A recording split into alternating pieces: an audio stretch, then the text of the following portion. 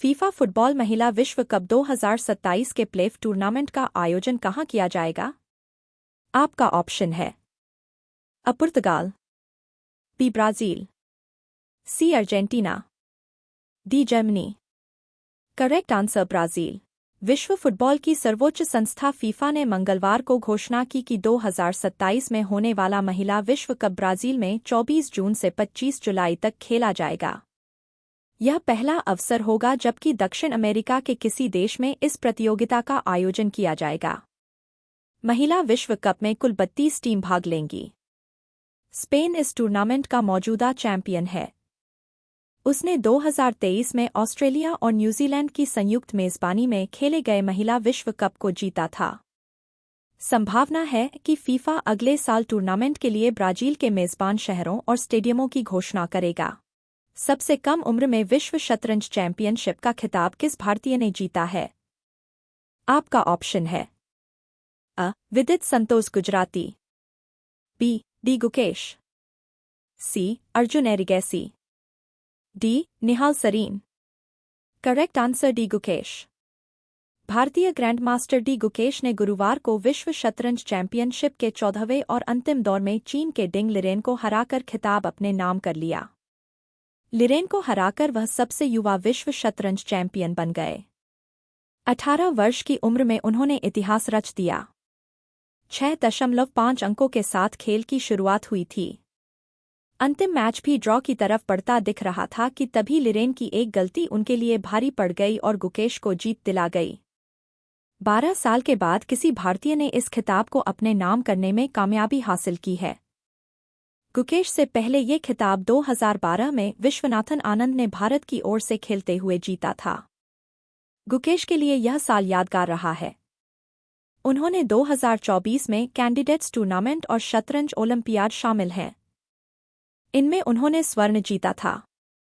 रक्षा मंत्रालय ने 12 Su-30 MKI विमानों की खरीद के लिए किस सार्वजनिक क्षेत्र के उपक्रम के साथ अनुबंध पर हस्ताक्षर किए हैं? आपका ऑप्शन है A Hindustan Aeronautics Limited, B रक्षा अनुसंधान एवं विकास संगठन, C Bharat Dynamics Limited, D Bharat Electronics Limited. Correct answer Hindustan Aeronautics Limited. सरकार की आत्मनिर्भर भारत पहल को बढ़ावा देते हुए संबंधित उपकरणों के साथ 12 सुखोई 30 MKI विमानों की खरीद के लिए रक्षा मंत्रालय और messrs Hindustan Aeronautics limited HAL के बीच आज 12 दिसंबर 2024 एक अनुबंध पर हस्ताक्षर किए गए। करों और शुल्क सहित इस खरीद की अनुमानित लागत 13,500 करोड़ रुपए है। विमान में 62.6% स्वदेशी उपकरण और सामग्री होगी। स्वदेशीकरण को बढ़ावा देते हुए ये उपकरण भारतीय रक्षा उद्योग द्वारा निर्मित किए जाएंगे। इन विमानों का निर्माण HAL के नासिक डिवीजन के द्वारा किया जाएगा।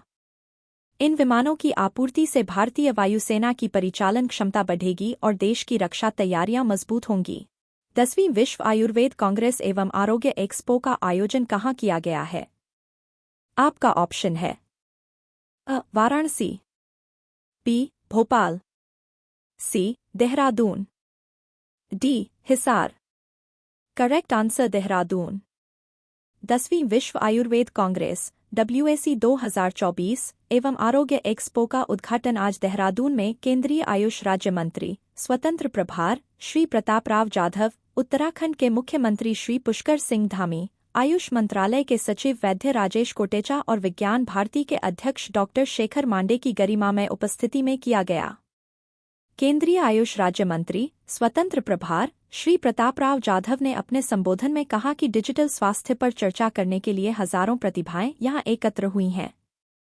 यह 10वीं विश्व आयुर्वेद कांग्रेस WAC का एक महत्वपूर्ण मोड़ है जहां विचारधाराओं, संस्कृतियों और नवाचारों की विभिन्न धाराएं एकत्रित हैं।